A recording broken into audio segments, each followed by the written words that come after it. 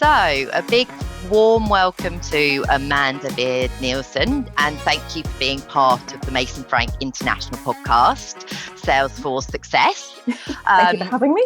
No worries. In line with International Women's Day and embracing equity, we would love to hear about a senior female in the ecosystem and their growth journey. So I'm going to kickstart with the sort of first main question, really. Tell me a short summary of your career history to date.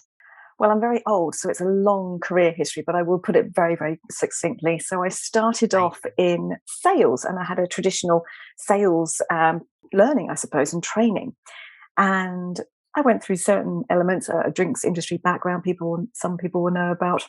But it got to a point where I wanted to actually make a change. And I then went into a change of business development where I helped to build up the team. And one day my director came up to me and they said, "We don't know who our customers are. We need a CRM." And I went, a CR what? Frantically typed into Google, found some options and discovered Salesforce. And that, Awesome. in hindsight, was the moment that changed my life effectively on my career direction.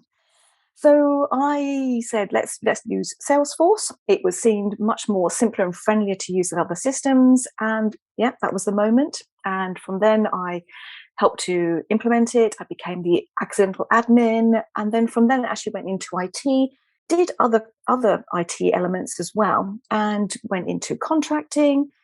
And for me, which I know is a question you're going to come to me later on, so I'm going to pip you on, I'm afraid, which is about the best career move. Because for me, I decided over 10 years ago now that I got to a point in my career and I just thought, well, what am I going to do next? And it was the same director that was in my brain who said, you have to specialize in something. And so I thought, well, what do I want to specialize in? And every time I thought about Salesforce, I smiled. Don't know why. Was that just that tech that just made me smile? I thought, right, that's it. That's what I'm going to specialize in. So I decided to get my admin cert. And from then I managed to get myself into a consultancy, a boutique one, as a project manager. And off I went properly focusing on Salesforce as a career option.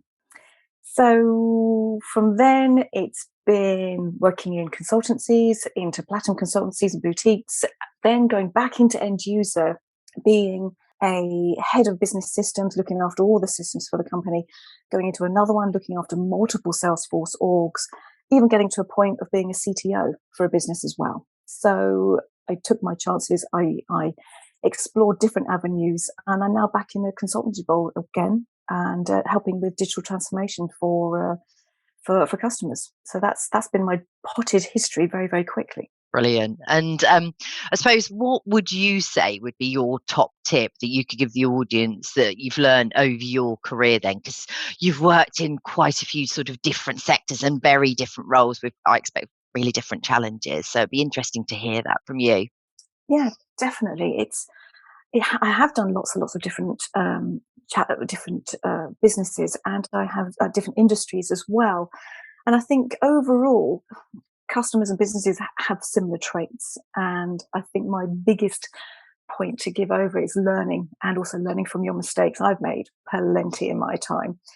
And it's important to kind of dust yourself off. Don't linger on them, learn from them, move forward with them as well. But mistakes are the best learning curve. But they hurt. They really hurt at the time, but you really do learn from them. And from that, you also learn what you're good at, what you're maybe not so good at, what you like doing, what you won't do. So I think it really helps to shape your career as well. Yeah, and I definitely think that when you're younger, people often think that they need to be good at everything, don't they? When actually the whole beauty of diversity and teams working effectively together is that you have a mix of skill sets, don't you?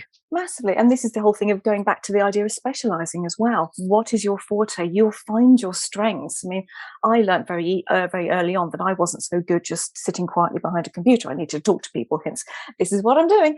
Fantastic. And maybe even, but leadership as well, and being that sort of natural leader, hence I lead projects.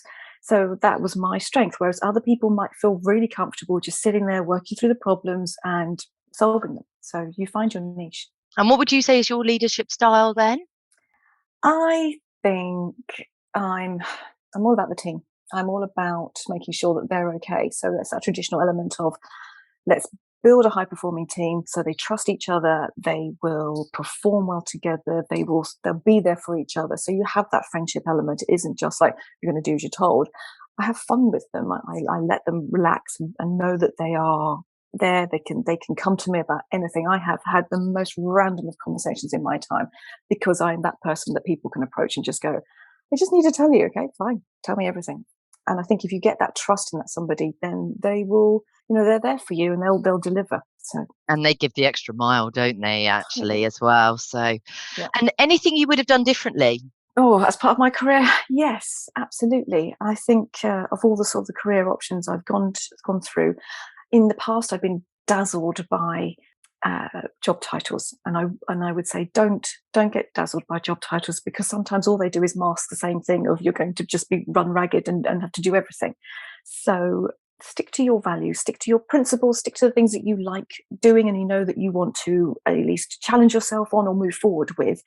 Don't get dazzled by the job title thinking, oh my God, this is going to be amazing. Yeah, no, I would be exactly the same. It's I think my priorities are always around kind of my ethics and values, etc., as well as a firm. So I get it. So what's next for you in your growth journey as a Salesforce professional in the ecosystem? You've obviously achieved a lot to date. You're very well known in the ecosystem, which is why it's fantastic having you on the podcast today. Tell me a little bit more about your next steps.